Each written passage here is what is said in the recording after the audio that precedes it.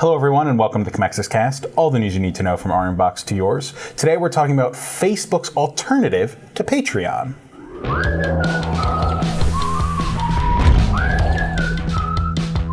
Hello everyone, I'm Matthew McGrorty, the videographer and podcaster here at Commexis, and today I'm joined by the lead strategist at Commexis, Phillip. Good morning. So today we're talking about Facebook's answer to Patreon, which is paid subscription groups.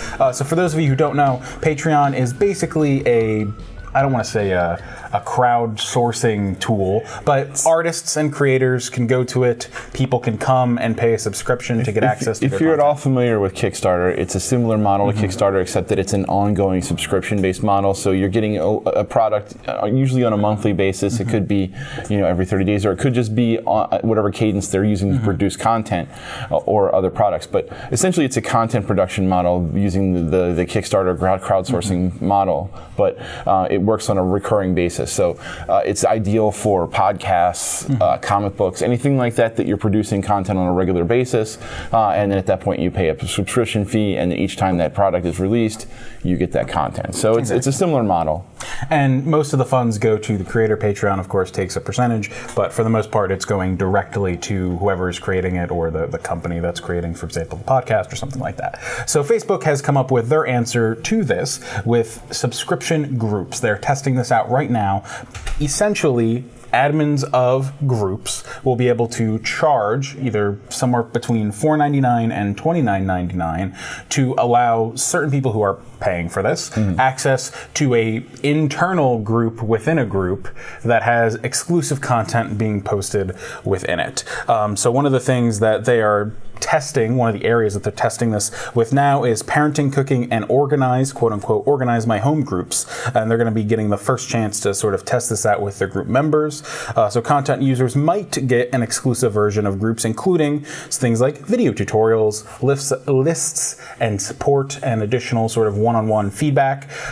So I kind of think of it as almost like, because it's a Facebook group, it's just a Facebook group you pay for that will hopefully be giving you even more additional content, right? So there's going to be a couple of them. So for example, Sarah Mueller's Declutter My Home group will be launching a $15 per month Organize My Home subscription that will teach members how to stay tidy with checklists and video guides. And then there's a couple other things. There's one, for example, Cooking on a Budget, Recipes and Meals is going to be doing a $10 a month meal planning central sort of thing. So I think two things. First off, one, a really good area to sort of test this out on in terms of business models and business plans, because I'm sure there's tons of people that would be willing to pay for that kind of thing. And also, I think it's interesting because you're going with a very, very Patreon model that Facebook has sort of mentioned in the past that they're interested in, but hasn't really fully executed just yet until now with the testing. Yeah, I find it kind of curious that they're not dealing with stuff that's specifically producing, content. Like I said, the model that I see this mostly being used for is podcasts or, narrative production, things like that, or even the written, books, novellas, things like that. I see that a lot on Patreon. So I'm kind of surprised that they're doing, sort of these consumer-based services where they're really what they're delivering is less of a concrete product and more of just help kind of thing, because I don't see an actual like hardcore production piece at the end of each of these at this production schedule, if you get my meaning, because like I said, a lot of times it's usually a podcast or something like that. Here you're getting a checklist and some video content, which if for $15 a month, that seems a little curious to me. For on the model for recipes, things like that, I can see that being a little more, but I also see the idea for a bigger tie-in with these food delivery services or things like that, sponsored by Whole Foods or sponsored by one of those things, and you can just sign up for that delivery kit and have it come right to your door. So I see an expansion of that model, but I still don't see the exact model that Patreon's being mimicked in this yet. Yeah, I think this is kind of, so I have a quote actually that will maybe sort of answer this, but there's also a little bit more information I can add to it. So Facebook Group's product manager, Alex, I believe it's Dave, but it may be Dave, so apologies, Alex, if I butchered your name, said, it's not so much about making money as it is investing in their community. The fact that there will be funds coming out of the activity helps them create higher quality content. So I'm kind of seeing this as a don't look at it as a subscription service in the typical sense, but more of a, would you like to help me create higher quality content? Gotcha. You will be the person who gets access to that. I see. Because I think you have a great point in that a lot of podcasts, for example, will say, every month you get this much for this many shows, or every show we put out, you either get an extra show each month, something like that. But I think this is more, and I've seen a couple Patreons do this model, which is, hey, you enjoy our content. If you help pay me for it, you will not only get whatever free content I am giving out, but also exclusive content just for you, higher quality content, hopefully, in a lot of cases. So the one little bit quote there about investing in their community, during this test, Facebook is not going to be taking any percentage of these cuts. Typically, not of these cuts, of these subscription purchases, right? Typically, models like Patreon or Kickstarter or something like that, they do take a percentage. So the only people who are going to be getting paid right now, other than the creators, are Apple and Google, because iOS and Android devices both take cuts because it's being paid through the app stores of both of them. Okay. So they're going to be getting whatever percentage they normally get, which is unfortunate in some ways. They got to make money somehow, and those companies clearly are hurting for cash. Yeah, of course.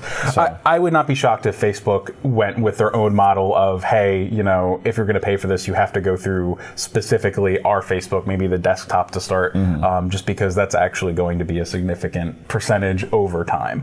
Because once Facebook takes a cut, they're going to be making probably pretty good money off of this, I suspect.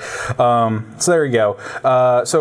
For those of you who want to know a little bit more about how this is going to work, so first, a user who wants to get the subscription must be in a large enough group that can actually offer this. Admins can then decide that they are going to charge and basically create this mini group that you'll be charged on. Somebody can go, they can look, get a description of what you're going to be offering every month, and then pay for it, whatever that cost is, between $5 and $30, and then you're basically going to be able to have it until the end of the month. So if I pay on July 1st and July 15th, I decide, hey, I don't want this, I can cancel my subscription, but I will still have access until the end of the month to make sure that I'm able to get the content that I paid for that month. And that's the gist of it, really.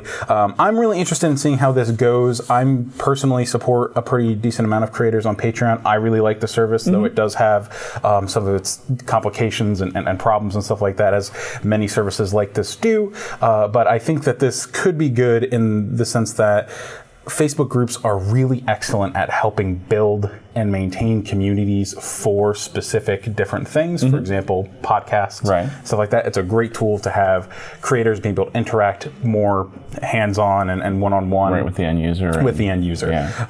So I'm interested in seeing how this works out. Yeah, it definitely is something that bears watching, especially if you're working on building community within a specific vertical, or if you're, in this case, I would say it's not necessarily the application that we would look at for our clients, but perhaps an influencer to which we might recommend that they reach out and create some sort of relationship. So, in that respect, it's very interesting to us from a marketing standpoint. Yeah, absolutely, and we'll be keeping an eye on as this rolls out more. Obviously, this is just a test for these niche markets, but we're looking forward to seeing how things, or if things at all, change much as it goes forward and ends up getting a full release. Because I suspect this will be quite successful for Facebook, so I'm interested in seeing where that happens.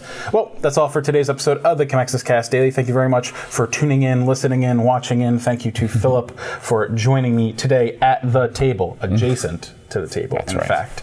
So you guys can check us out more if you want to listen to us on TuneIn, Stitcher, SoundCloud, Apple iTunes Store, and the Google Play Music Store, and also Google Podcasts. And if you want to watch us, you can check us out on YouTube, LinkedIn, Instagram, Facebook, and IGTV for more of this beautiful goodness. Look at this high quality imaging. Exactly. Well, thank you, everybody, for tuning in, and have a great day.